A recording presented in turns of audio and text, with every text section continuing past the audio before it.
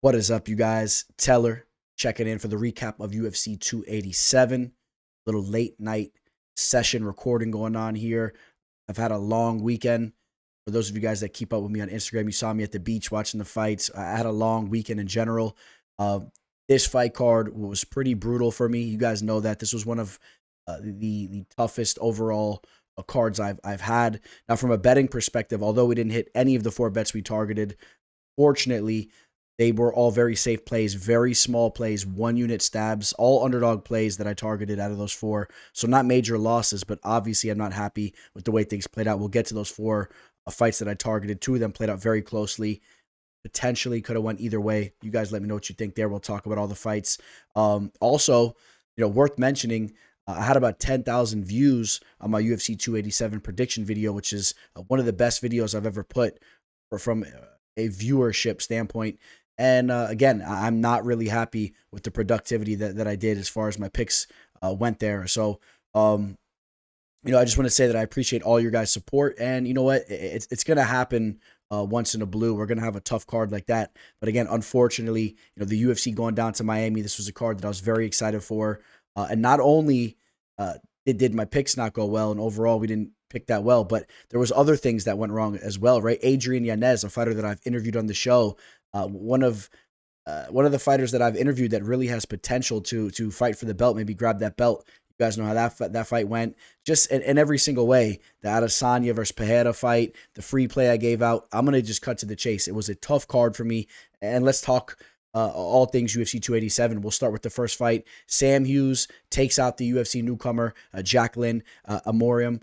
Now, listen, we did mention the fact that Amorim is a very talented Brazilian Jiu-Jitsu player. You saw that in the first round, but we did talk about the question marks, and we did question the betting line on her there. You guys know that. We said maybe target the submission prop, but we said that Sam Hughes was potentially live here. We know that she's a true veteran of the game, and she's a well-rounded fighter, and we just haven't seen Amorim, really show that productivity in the UFC. Obviously, it was her UFC debut, but we haven't seen her really dig deep and have that proven background. So we did talk about that. But again, we did pick Amorim to win the fight, as did pretty much everyone out there, if you guys want to be realistic. Steve Garcia gets the knockout victory over Shailen Nurdenbeck. Steve Garcia, man, looking pretty good. Landed some big shots there. Eventually cracking Shailen to the body, finishing him there. Again, I didn't see that many people on Steve Garcia, if you want to be honest. But again, this is another fight that we picked incorrectly. And you guys know that I really haven't been that high in Steve Garcia. I do want to be transparent there. And I think that he's showing some flashes here. That was a good fight for him. Ignacio Bahamondes takes out Trey Ogden. I didn't get you guys a prediction on that fight there. But of course, on Instagram, I did pick Ignacio Bahamondes to win the fight. He was a heavy favorite. Remember, that fight was a newly added fight to the card there. And I did record the episode before we got to that fight. But I would have been on Ignacio Bahamondes, as pretty much everybody was. All right, we're talking some official play action here. Lupita Garinez gets the split decision over Cynthia Calvillo. I did have a 1 unit stab on Cynthia. Got her at great odds. I mean, she was a hefty dog, as you guys know. I had a feeling this fight was going to play out very closely. I like the fact that Cynthia was coming down in weight. She was naturally the larger fighter here. I thought that she could have showcased her striking more so. She was a little hesitant, a little bit out of range, but she was actually outlanding Lupita, but Lupita was landing the heavier shots. There's no question about that. And real quick, if you want to take a look at the CompuBox strikes here, you'll see that Cynthia Calvillo landed 107 strikes compared to Lupita's 93 strikes there. Lupita 0 for 2 on takedown attempts, where Cynthia actually had that takedown in the first round as well. She was 1 for 2. I definitely think there was a case to say Cynthia took this fight. Not going to say it was a robbery. And, Lupita was landing some heavy shots as well, and I think that Cynthia left this on the table. I think that Lupi probably did deserve to win this fight, but Cynthia could have easily took this fight if she would have just pressed on the gas a little bit more so. So a very closely contested match. I had great value there, and sometimes things just don't work out like that. It is what it is. I think that we can all agree that line on Lupi was pretty high, maybe unwarranted. I don't know. I mean, she gets the job done, but that fight was extremely close, and it was what it was. So 1 unit loss there to kick things off. Moving forward, we had Joseph Pfeiffer taking out Gerald Meerschaert. Another 1 unit loss for me here. Took another dog stab on Gerald here. Grabbed him at like plus 165, I believe it was. And, Gerald Meerschaert, the middleweight submission kingpin, he's shown to have been really evolving even up there in age, training over there at Kill Cliff FC. And Joseph Pfeiffer, I like him a lot. He's very promising, but we needed to see more from him, and that's what we saw. We saw more from him. So I was just going after the dogs throughout this card, and GM3 gets finished up, man. And we know that he's always prone to being tagged with some big shots, but I was hoping maybe he could have avoided that early on and tried to get this fight to the later rounds where he could have showcased his grit and grappling. Luana Pinheiro takes out Michelle Waterson via split decision. I was on Luana here. You know what? But we talked about the fact that there was some value on Michelle Waterson potentially here. I think that she showcased that. I think I saw a lot of people saying Michelle should have got the nod in this fight. You guys comment below. Who did you think won? Who did you think win? Excuse me there. I'm burnt out, like I said, man, from the weekend. But who did you guys think deserved to win this fight? Did Michelle Waterson deserve to win this fight? Real quick, let's dive into some of the stats in regards to this fight. Michelle Waterson landing 70 total strikes compared to Luana's 48 total strikes. Michelle Waterson landing 1 of 2 takedowns, while Luana was 0 for 5. Luana landing some pretty heavy shots, though. A very, very close fight there. You guys comment below. Let me know who you think took that fight. I think it was a very close fight, and I had a feeling something was going to go on like that when they went to the judges' scorecards. That was just one of those types of fights. You kind of knew something was up there. It was a very tricky fight, and it really depended what the judges were looking for which way they were going to go. Talking some more official plays here. Kelvin Gaslum takes out Chris Curtis. I had a 2-unit play in Chris Curtis. Grabbed him at even odds. Even as high as a plus 110 dog. I threw a little something on him there too. But, listen, Kelvin Gaslum looked really good in this fight. He hasn't been that active. I was willing to test him here. Chris Curtis has been very active. If you look at how many times Chris Curtis has fought compared to the last time Gaslum stepped in there, I actually had some insider knowledge. Supposedly Gaslum got hurt very bad, got wobbled, cracked in the face, and maybe a little bit of some concussion stuff going on there. And while he was training for this fight, and I thought Curtis could have potentially took him out here. We know Gaslum's been in some wars, and listen. Gaslum wins the first round. In the second round, Gaslum hits that headbutt on Chris Curtis. But listen, I'm going to keep it real with you guys. You guys know how I always feel. That's kind of on Curtis. If you get tagged with that headbutt, I mean, it could go either way. I don't really hold or put too much blame on one fighter for accidentally hitting somebody with the headbutt. It is what it is. Curtis fell down to the ground. It looked really bad for the judges. And you knew that even though Curtis eventually got back up and then outlanded Gaslum for the rest of that second round, just the optics of him going down there and getting tagged up, that was going to be Gaslum's round. Then I thought Curtis won the third round. I thought that he should have won the third round on every judge's scorecards. One of the judges still gave the third to Kelvin. So essentially, the 2 judges give Curtis that third round. That headbutt potentially cost him the fight, but it is what it is. And Gaslum looked very good, especially early on in that fight. There's an important narrative that I want to talk about in regards to this fight card. We're going to get to that as we get to the top of this card, and there's something that we could all have learned from this fight card moving forward. Christian Rodriguez takes out Raul Rosas Jr. Raul Rosas Jr., a very talented kid. Everybody was basically on him. You guys know that I was all over the dogs, all over this card, and I was very clear that Christian Rodriguez, C-Rod, is a very talented fighter, and I thought there was some real potential for him to get the upset here. And of course, I pick all these other dogs, and I didn't side with C-Rod here. You guys know I like Raul Rosas. I thought he eventually would have took this fight with the pace of his grappling, but Christian Rodriguez is so polished for his age. He was going to be the better striker. We talked about that. I think he proved that he was the better striker, but he also has some serious grappling skills as well. And Raul Rosas Jr. is going to lose a lot of momentum. I mean, he'll still be a great fighter, but he loses all that hype of him just going in here, stirring up the pot as he bursted onto the scene in the UFC. Now, people are going to just kind of look at him as a fighter that just needs to work his way through the game, and just I don't think he'll be on the main card as much as we've been seeing him here recently. Kevin Holland takes out Santiago Ponzinibbio. I thought that this fight was actually playing out very well early on for me. Santiago Ponzinibbio, I thought he was on his way to taking the first round, and then he catches Holland's leg, gets hit with that back fist, drops him. You know he loses that round there, and then you know that his equilibrium was off. And we talked about the fact that Ponzinibbio has been very durable throughout his UFC career, but we also were clear that Ponzinibbio's getting up there in age. He's 36 years old. He got landed on by Alex Morono. There was potential for that to happen. Listen, me and Holland, we got our beef, and I'll be back to fade Holland in the future. It is what it is, and I had some fun there. Unfortunately, the free play video didn't cash this time with the Ponzinibbio play. Listen, he was a massive underdog. I thought it was fun. I thought there was some value there. I'm not going to just keep throwing heavy favorites to you guys, but remember now, we're 5-1. Okay, with those free plays. So I don't want to hear anybody complaining about a 1-unit loss. Okay, a 1-unit loss. Look at all the units that we already brought in on those free plays. That 1-unit loss ain't nothing there. Kevin Holland doing his thing. I think he's goofy, man. And you hear him all throughout the fight week on the mic at the press conferences. He just has this weird type of personality, the way he talks, man. I don't know. He's fun. He's funny. I just like the personality, more personality in the fight game. I like that. The more personality, the better.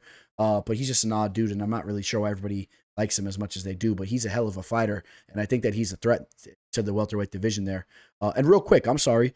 I want to do some matchmaking for the main card. You guys know how we do that here. Listen, for Christian Rodriguez, I think that I have a really good fight set up for Christian Rodriguez coming off this humongous win against Raul Rosas Jr., and I'll tell you what it is here. So I'm thinking that he should step in there with the South African Cameron Saman.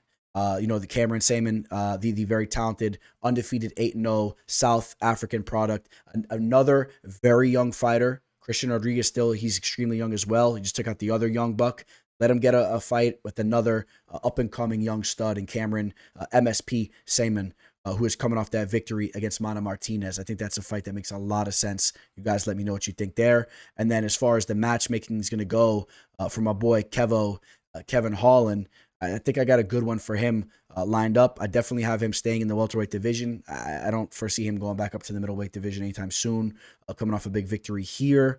I'm going to say we match up Kevin Holland with Jack Della Maddalena. I know that we've also talked about some other fights for Jack Della Maddalena, but after Kevin Holland just had this big victory in the division, I think that's a fight that makes a lot of sense when you look at the top 15, the top 20 of the UFC's welterweight division. That's a fight that would really be a fun fight, a striking clinic between the two of them, and let's see who prevails there.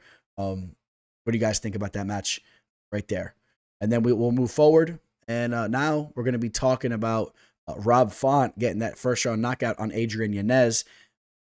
You guys know I was on Yanez here as well. And listen, I think that Yanez is still very, very promising, but he has shown that he's a little prone to being tagged up, man. He got tagged up by, it all really started first and foremost with him losing the first round and getting tagged up quite a bit by Randy Costa.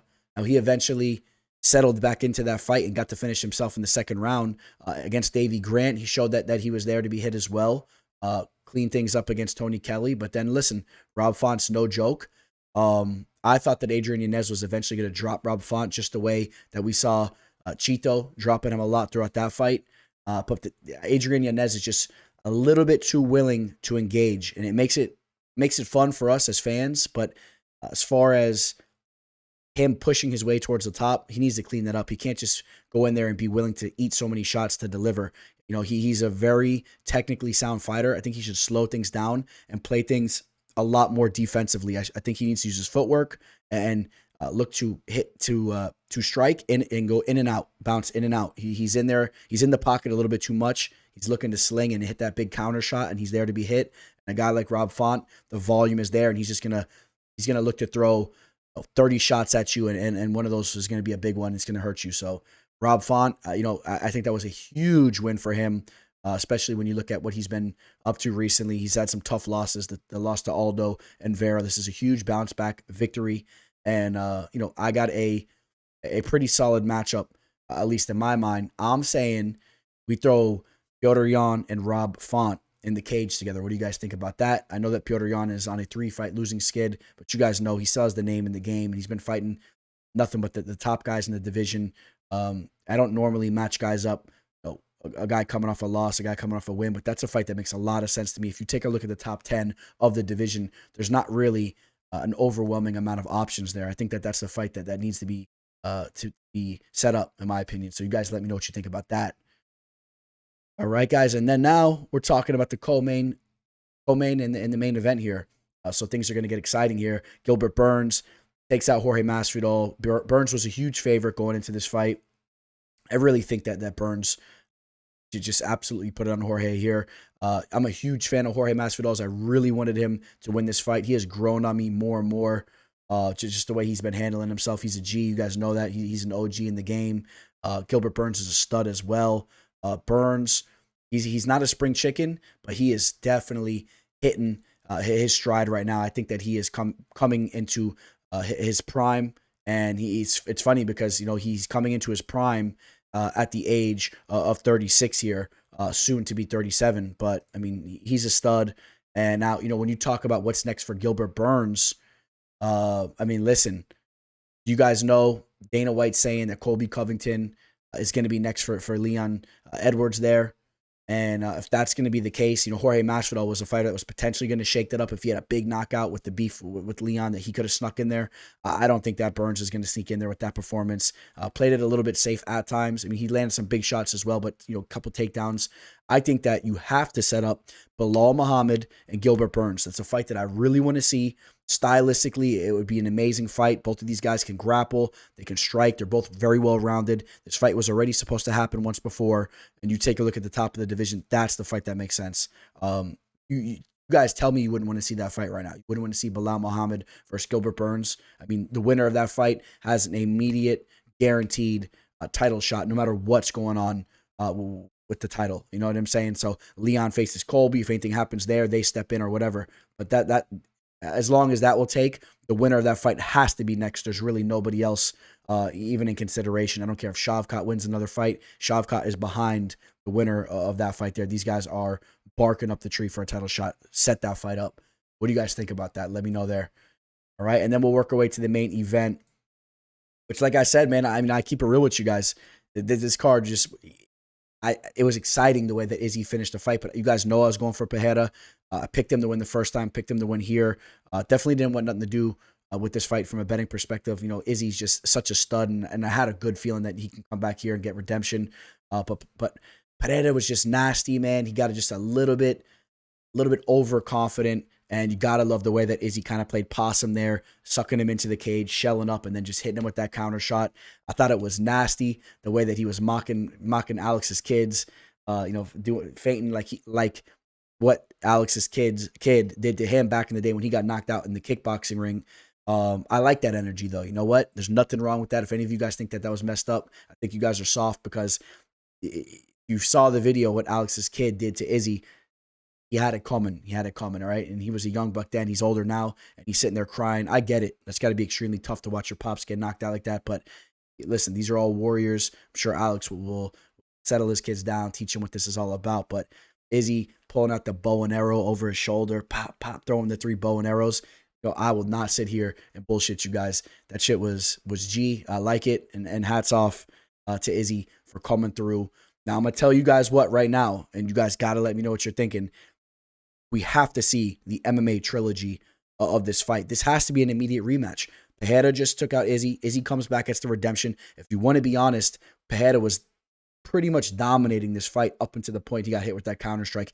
The leg kicks that he was throwing were absolutely disgusting. Izzy even talked about them after the fight. He admitted they were the real deal. And if you want to be honest, if Alex probably plays this fight a little bit more calm and patient, he probably gets the job done. Either way, these guys might fight 100 times, and this fight might go 50 one way, 50 one way. You don't know what's going to happen, and I just think that it's such an exciting fight.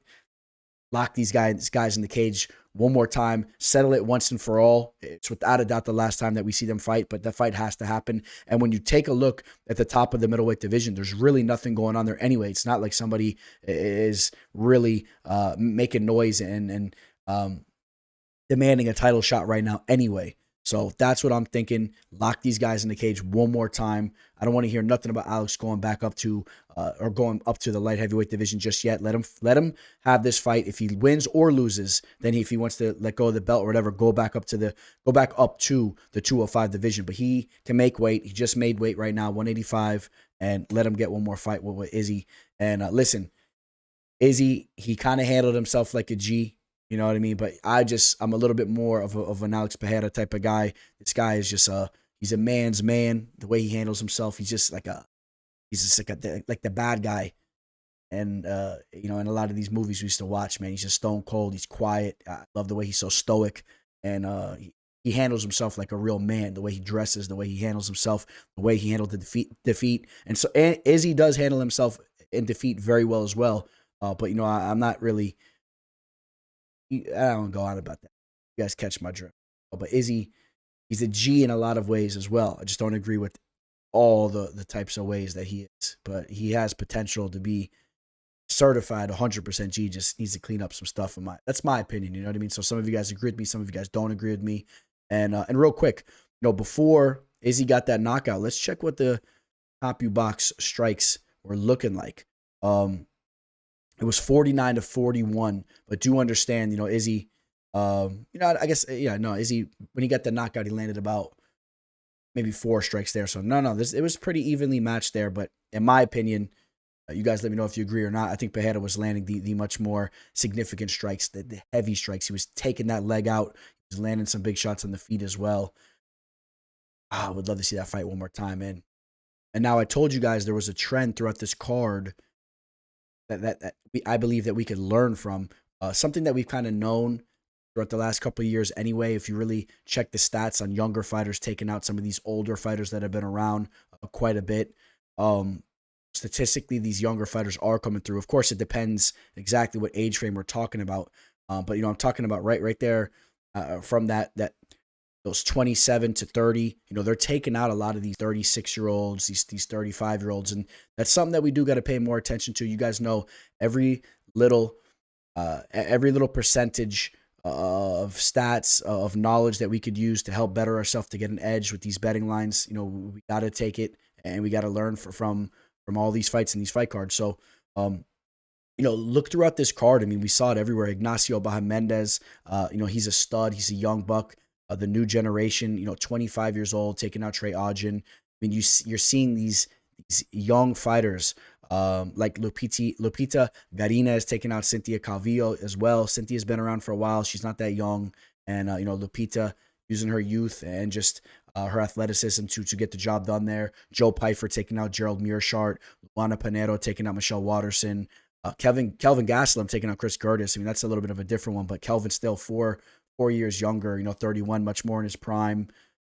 Kevin Holland taking out Santiago Ponzinibbio. I mean, you see the age make that difference. I mean, I'm not going to use the Burns versus Masvidal as an example, even though Masvidal 38 years old now. It's pretty crazy. But, I just feel that there is a trend of the newer generation type fighters coming in here and just being a step ahead of these fighters that have been around from the last generation. If you want to call it the last generation, or these fighters that have been around for a bit, if you guys know what I'm talking about. Some of these fighters that we're watching perform, they've been around for a while.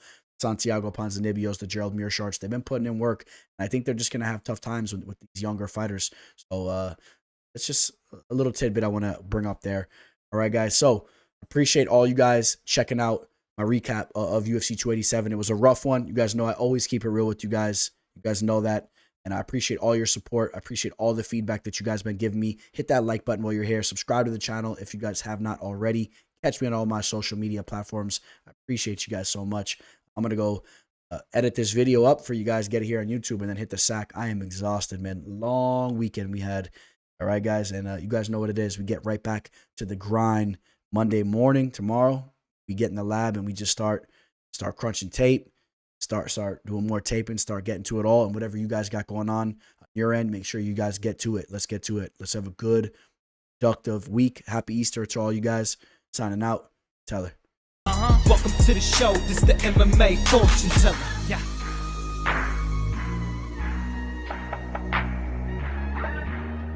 The MMA fortune teller. The teller.